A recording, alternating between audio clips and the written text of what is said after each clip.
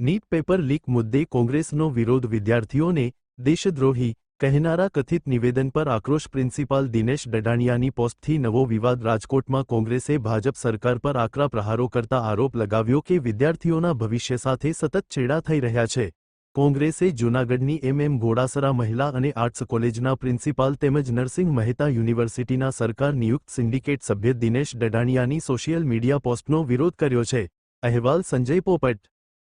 તાજેતરમાં એમ ઘોડાસરા મહિલા કોલેજના પ્રિન્સિપાલ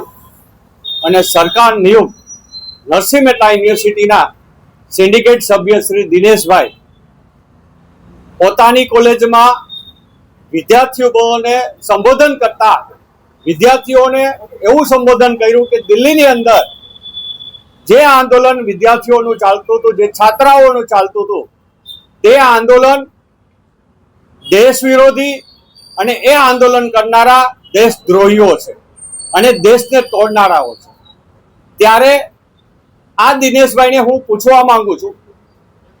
કે આ દેશની અંદર આટલા નીટના પેપરો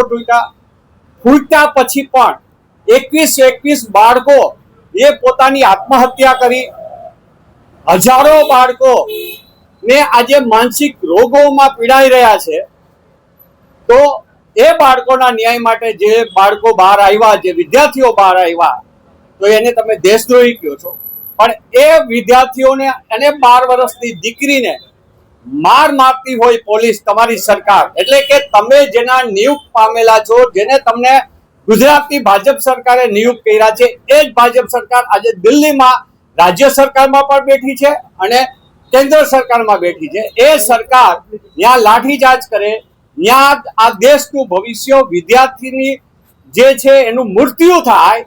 અને એને માનનારાઓ દેશદ્રોહી નહીં પણ ન્યાય માનનારાઓને તમે દેશદ્રોહી કહો છો અને બાળકોને અત્યારથી તમે આવું શીખડાવો છો અને તમારી કોલેજમાં તમે બાળકોને આ બાબતે ધમકાવી અને દેશની અંદર જે ન્યાય કેવી રીતના માંગવો જોઈએ અને એ ન્યાય માટે જે વિદ્યાર્થીઓ નીકળ્યા એને દેશદ્રોહી છે એવું તમે સાબિત કરવા નીકળ્યા છો। હું આપને પૂછવા માંગુ છું કે આ ગુજરાતની અંદર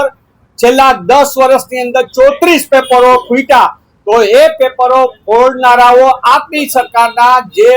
સરકાર બેઠી છે એના ગવર્મેન્ટના પદાધિકારી અને અધિકારીઓ આ દેશદ્રોહી ના કહેવાય? દેશના ભવિષ્ય સાથે ચેડા કરે એને દેશદ્રોહી ના કહેવાય? માત્ર જે ન્યાય માંગવા નીકળે ત્યારે હું આપને દિનેશભાઈ કહેવા માંગુ છું